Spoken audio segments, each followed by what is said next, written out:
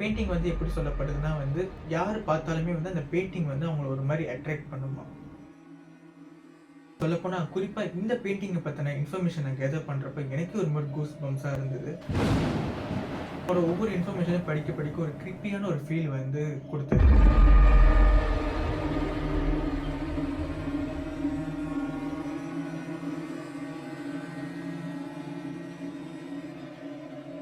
Hello guys, welcome back to our channel again. Vintage டைம்லேருந்து இப்போ வரைக்குமே பெயிண்டிங்ஸ்னாலே ஒரு தனி வைப்பு தான். இன்னும் சில பேர் வந்து பெயிண்டிங்ஸை வாங்கி ஒரு பெயிண்டிங்ஸ் கொலெக்ஷனாகவும் வச்சுக்கிறாங்க. அவங்க வீட்டில் கூட ஒரு டெக்கரேஷனாக கூட மாட்டி வச்சுக்கிறாங்க. பட் சில நேரத்தில் இந்த மாதிரி பெயிண்டிங்ஸில், சில பெயிண்டிங்ஸில் அமானுஷமான விஷயங்கள் நிறைஞ்சிருக்கு. இப்படி அமானுஷமான விஷயங்களை நிறைஞ்ச பெயிண்டிங்ஸ் 5 தான் இன்னைக்கு நம்ம வீடியோவில் பார்க்க போகிறோம். ஹேண்ட் ரெசிஸ்ட் ஹிம் 1972ல பில் ஸ்டோன்ஹம்னால இந்த பெயிண்டிங் வரையப்படுது. இந்த பெயிண்டிங்ல பார்த்துக்கிட்டிங்கன்னா 2 பேர் இருப்பாங்க.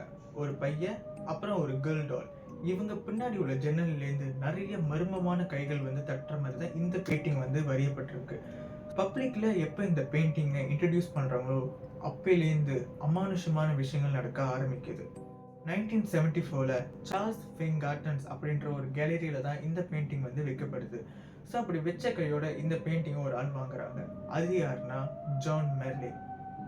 இவர் அந்த காலத்துல ஒரு ஃபேமஸான ஆக்டரா இருக்காரு. இவர் தான் அந்த பெயிண்டிங்கை ஆளா வாங்குறாரு. இவர் உட்பட 3 பேர் இந்த பெயிண்டிங் சம்மந்தப்பட்டவங்க இறந்துருக்காங்க அடுத்தடுத்த வருஷத்துல. இந்த பெயிண்டிங் வந்து யாருமே வந்து இந்த பெயிண்டிங் வந்து எடுக்கல. ஸோ இது வந்து அபண்டன், அது கைவிடப்பட்டு வந்து கலிஃபோர்னியாவில் வந்து ஒரு இடத்துல வந்து இருந்திருக்கு. பட் 2000ல ஒரு கலிஃபோர்னியன் கப்பல்ஸ் வந்து இந்த பெயிண்டிங்கை வந்து பார்க்குறாங்க. எடுத்து போய் அவங்க வீட்லேயே மாட்டி வைக்கிறாங்க. அவங்கள பொறுத்த வரைக்கும் இந்த பெயிண்டிங் வந்து ஒரு அழகான பெயிண்டிங், நல்லா இருக்குது அப்படின்னு சொல்லி எடுத்து போய் வீட்டில் மாட்டுறாங்க. அதுக்கு அங்கிட்டு தான் அவங்க வீட்டில் மர்மமான விஷயம் நடக்க ஆரம்பிச்சிச்சு. அவங்களோட 4.5 வயசு குழந்தை வந்து என்ன பண்ணியிருக்கு, அந்த பெயிண்டிங்கை பார்த்து வந்து சொல்லியிருக்கு. அந்த பெயிண்டிங்கில் உள்ள பையனும் அந்த பொண்ணு வந்து எப்பயுமே சண்டை போடுறாங்க. நைட் வந்து என் ரூமுக்குலாம் வந்து வராங்க அப்படின்னு வந்து சொல்லியிருக்கு. அவங்க அப்பா வந்து இல்லை, இதெல்லாம் வந்து ஒன்றுமே இல்லை, இது வந்து உன்னோட ஜஸ்ட் ஒரு கற்பனை தான் அப்படின்னு சொல்லிட்டு நிரூபிக்கிறதுக்காக வீட்டில் வந்து ஒரு மோஷன் கேமரா வந்து செட் பண்ணுறாரு. அது சிசிடிவி கேமரா மாதிரி. பட் அந்த கேமரா செட் பண்ணதுக்கு அப்புறம் தான் வந்து அவங்களுக்கே ஒரு அதிர்ச்சியான விஷயம் வந்து தெரிஞ்சிருக்கு. ஸோ அந்த கேமராவில் என்ன பதிவாக வந்துச்சுன்னா, அந்த பெயிண்டிங்லேருந்து வந்து அந்த பையன் அந்த பெயிண்டிங்கை விட்டு தவழ்ந்து வந்து வர மாதிரி வந்து அவங்க வந்து அந்த கேமராவில் வந்து பார்த்துருக்கிறதா சொல்கிறாங்க. அவங்களும் அந்த பெயிண்டிங் வந்து அவங்க வீட்டிலேருந்து ரிமூவ் பண்ணிட்டாங்க. இந்த பெயிண்டிங்கை வந்து என்ன சொல்கிறாங்கன்னா, ஈவன் நீங்கள் இந்த பெயிண்டிங்கை வந்து ஒரு பிரிண்ட் அவுட் எடுத்து வீட்டில் வச்சா கூட அதே அமானுஷ்யம் வந்து நடக்கும், கெட்ட விஷயங்கள் வந்து உங்களுக்கு நடக்கும் அப்படின்னு சொல்லி இந்த பெயிண்டிங்கை பற்றி சொல்கிறாங்க. அடுத்தது த கிரையிங் பாய். 1950ல கியோவானி பிரெகோலினால தான் இந்த பெயிண்டிங் வரையப்பட்டது. ஸோ இந்த பெயிண்டிங் பார்த்தீங்கன்னா ஒரு பையன் வந்து அழுவுற மாதிரி இருக்கும். இந்த பெயிண்டிங் பற்றி நம்ம என்ன நினைப்போம், ஒரு பையன் அழுவுற மாதிரி தானே இருக்குது, இந்த பெயிண்டிங்கில் அப்படி என்ன இருக்கும்னு நம்ம நினைப்போம். பட் பீட்டர் ஹால் ஒரு ஃபயர்மேன் வந்து இந்த பெயிண்டிங்கை பற்றி ஒரு நியூஸ் பேப்பர்லேயே வந்து சொல்லியிருக்காரு. அதாவது என்னன்னா 1985ல நார்த் இங்கிலாண்டில் வந்து அடிக்கடி இந்த காலகட்டத்தில் வந்து வீடுகளில் வந்து தீ விபத்துலாம் வந்து நடந்திருக்கா. ஸோ இவர் வந்து ஃபயர்மேனால வந்து இவரோட வேலையை அங்கே செய்ய போகிறப்ப எந்தெந்த வீட்டில் வந்து தீ விபத்து நடக்குதோ அங்கெல்லாம் இந்த பெயிண்டிங் வந்து அவர் பார்த்துருக்காரு. அதுவும் இந்த பெயிண்டிங் வந்து ஒரு சேதாரம் கூட ஆகவே இல்லையா. அதாவது வீடு ஃபுல்லாக வந்து மொத்தமாக எரிஞ்சிருக்குமா, பட் இந்த பெயிண்டிங் மட்டும் எரியாமல் அப்படியே இருக்கும்னு சொல்லிட்டு இவர் வந்து நியூஸ் பேப்பரில் கூட சொல்லியிருக்காரு. பட் இவர் சொல்றது அவரோட தம்பியும் நம்பல. அவர் என்ன பண்ணியிருக்காருன்னா, இதெல்லாம் வந்து ஒரு கட்டுக்கதை, இது வந்து ஒரு பொய்யான விஷயம், இது வந்து பொய்ன்னு சொல்லிட்டு நான் நிரூபிக்கிறேன் அப்படின்னு சொல்லிட்டு இந்த பெயிண்டிங்கை எடுத்துட்டு போயிட்டு, அதாவது அந்த ஒரிஜினல் பெயிண்டிங்கை எடுத்துட்டு போயிட்டு அவர் வீட்டில் வந்து மாட்டி வச்சிருக்காரு. சூன் அவர் வீடும் வந்து தீ விபத்துல வந்து உள்ளாகிருச்சு. அதுக்கன்ட்டு இந்த பெயிண்டிங் வந்து எந்தெந்த இடத்துக்கு போதோ, ஈவன் ரெஸ்டாரண்ட்ஸ், ஹோட்டல்ஸ், எந்தெந்த இடத்துக்கு போதோ அங்க கண்டிப்பா வந்து தீ விபத்து நடக்கும் அப்படின்னு சொல்லி இவரும் வந்து சொல்லியிருக்காரு. ஃபைனலி 1985ல இந்த பெயிண்டிங் வந்து ஒரு பெண்ணால வந்து அழிக்கப்பட்டிருக்கு அப்படின்னு வந்து சொல்றாங்க. இந்த பெயிண்டிங்கை அவங்க வீட்டில் போய் மாட்டினதுக்கு அப்புறம் அவங்க வீடும் வந்து தீ விபத்துக்கு உள்ளாகி அவங்க ஹஸ்பண்ட் அப்புறம் 3 பசங்க வந்து இதனால இறந்து போயிட்டாங்க. ஸோ அந்த ஆதங்கத்தில் வந்து இந்த பெயிண்டிங் வந்து ஒரு சபிக்கப்பட்ட பெயிண்டிங், இதுக்காக இந்த பெயிண்டிங் எங்கேயும் போய் இந்த மாதிரி சம்பவம் நடக்கக்கூடாது அப்படின்னு சொல்லிட்டு அவங்களே அந்த பெயிண்டிங்கை வந்து அழிச்சிட்டாங்க. இப்போ இந்த பெயிண்டிங் இல்லைன்னு சொல்றாங்க. அடுத்தது த பாய். இதுக்கு முன்னுக்குள்ள பெயிண்டிங் ஆச்சு, இது யாரால வரையப்பட்டது, எந்த வருஷம் வரையப்பட்டதுன்னு டீட்டெயில்ஸ் இருந்தது. பட் இந்த பெயிண்டிங் வந்து யாரால வரையப்பட்டது, எப்போ வரையப்பட்டதுன்னு இப்போ வரைக்கும் யாருனாலுமே தெரியலையா. இந்த பெயிண்டிங் வந்து ஒரு வீட்டோட பேஸ்மெண்ட்லேருந்து தான் வந்து எடுக்கப்பட்டது. ஸோ அந்த வீட்டோட ஓனர் தான் வந்து இந்த பெயிண்டிங் எடுத்துட்டு அவர் வீட்டில் வந்து ஒரு சாதாரண பெயிண்டிங் தான் அப்படின்னு சொல்லிட்டு மாட்டி வச்சிருந்திருக்காரு. இந்த பெயிண்டிங்கை அவர் வீட்டில் மாட்டினதுக்கு அப்புறம் பல அமானுஷமான விஷயங்கள் வந்து அவர் எக்ஸ்பீரியன்ஸ் பண்ணியிருக்காரு. இதனால இவர் பேராநார்மல் இன்வெஸ்டிகேட்டர் டேனி மோஸை வந்து கூப்பிட்டுருக்காரு. இந்த மாதிரி பிரச்சனை இருக்குது, இதை வந்து சால்வ் பண்ணுறதுக்கு வந்து அவர் கூப்பிட்டுருக்காரு. அவர் வந்து இந்த பெயிண்டிங்கை பார்த்ததுக்கு அப்புறம் இந்த பெயிண்டிங்கில் நீங்கள் சொல்கிற மாதிரி ஏதோ ஒரு அமானுஷம் நிறைஞ்சி தான் இருக்குது, பரவாயில்ல இந்த பெயிண்டிங்கை நான் என்னோட ஹோட்டலுக்கு எடுத்துகிட்டு போகிறேன்னா அவருக்கு வந்து ஒரு ஹாண்டடான ஒரு ஹோட்டல் இருக்குது போல். ஸோ அந்த ஹோட்டலை வந்து இவர் வந்து மாட்டி வச்சிருக்காரு. ஸோ அவரோட ஹோட்டலுக்கு வந்து நிறைய பேர் வந்து விசிட்டர்ஸ்லாம் வந்து விசிட் பண்ணிட்டுலாம் போவாங்க. அப்படி வரவங்களாம் வந்து என்ன பண்ணியிருக்காங்கன்னா இந்த பெயிண்டிங் கீழே வந்து கிஃப்ட்டு, காயின்ஸு, ஃப்ளவர்ஸ் இந்த மாதிரிலாம் வந்து வச்சுட்டு போயிருக்காங்க. ஈவன் வந்து அவங்க யாருக்கிட்டையுமே வந்து இந்த பெயிண்டிங்கை பற்றி எதுவுமே சொல்லலை. இந்த பெயிண்டிங்கோட பையன் யார், இதோட ஹிஸ்ட்ரி என்ன யாருக்குமே தெரியாது. பட் அந்த பெயிண்டிங்கை பார்த்தாலே எல்லாத்துக்கும் வந்து ஒரு அட்ராக்ட் பண்ணும். அந்த பெயிண்டிங் ஒரு தனியாக ஒரு சென்டிமெண்ட் உண்டாகி அவங்களே வந்து கிஃப்ட்டு, காயின்ஸு, ஃப்ளவர்ஸ் அதெல்லாம் வந்து அந்த பெயிண்டிங்கில் வந்து வச்சுட்டு போவாங்க.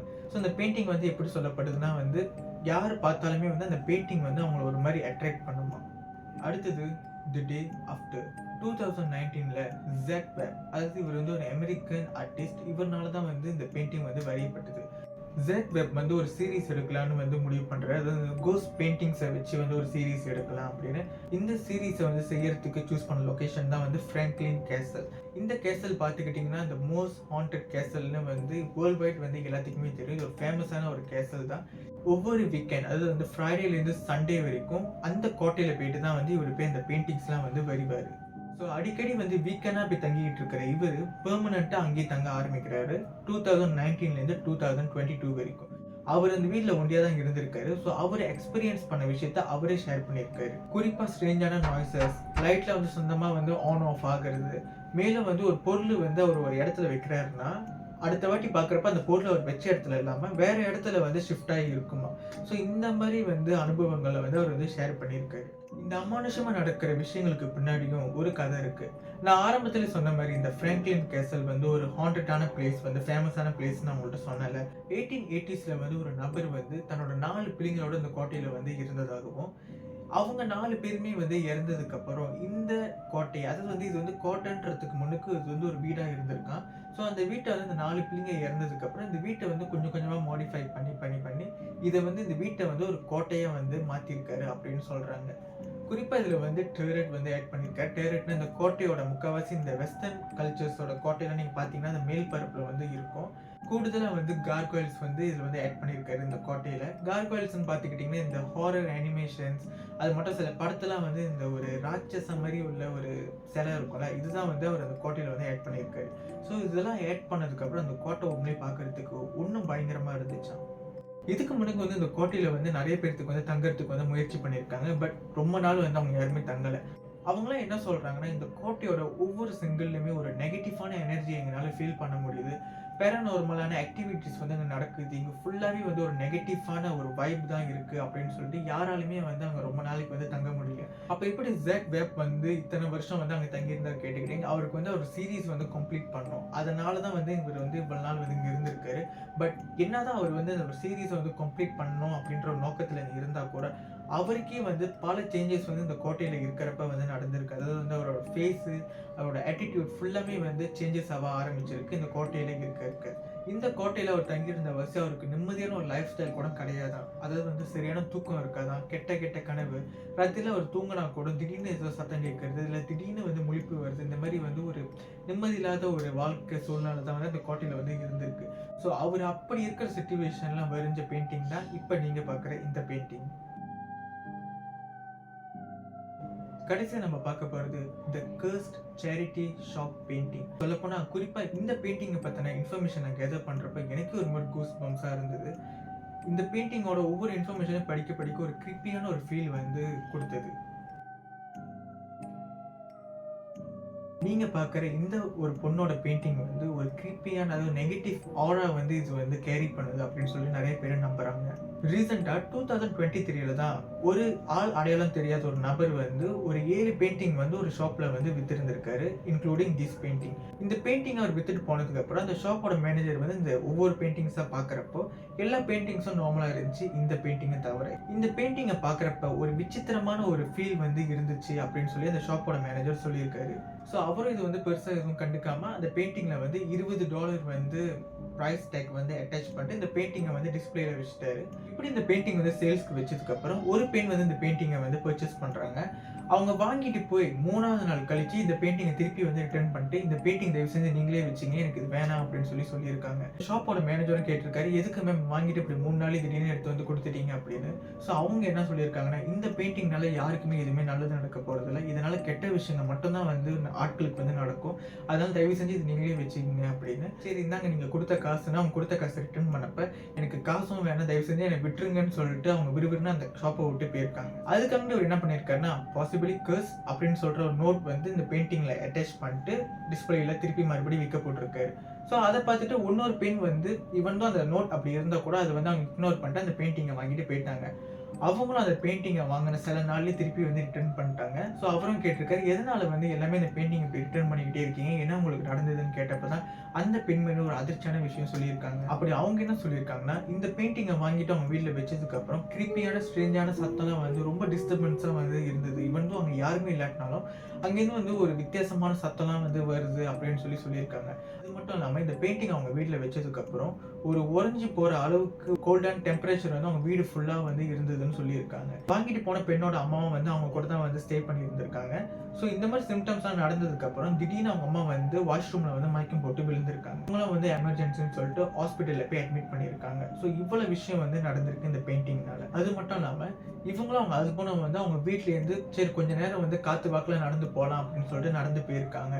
இவங்க நடந்து போகிறப்ப திடீர்னு அவங்க பின்னாடியே வந்து ஒரு கருப்பான பெரிய உருவம் வந்து அவங்கள ஃபாலோ பண்ணுற மாதிரி இருந்தோன்னே அதை பார்த்து இவங்க 2 பேருமே தலை தெறிக்க திருப்பி வீட்டுக்கு ஓடி வந்திருக்காங்க. தொடர்ந்து இந்த பெயிண்டிங் நம்ம வீட்டில் வச்சுருந்தா இந்த மாதிரி பல விபரீதங்கள் வந்து நடக்கும் அப்படின்னு சொல்லி அடுத்த நாள் காலையிலே வந்து இந்த பெயிண்டிங் எடுத்துகிட்டு போய் அந்த ஷாப்பில் போய் அவங்க கொடுத்துருக்காங்க. பெயிண்டிங்கை அவங்க இந்த ஷாப்பில் கொடுத்துட்டு வந்துட்டாங்க.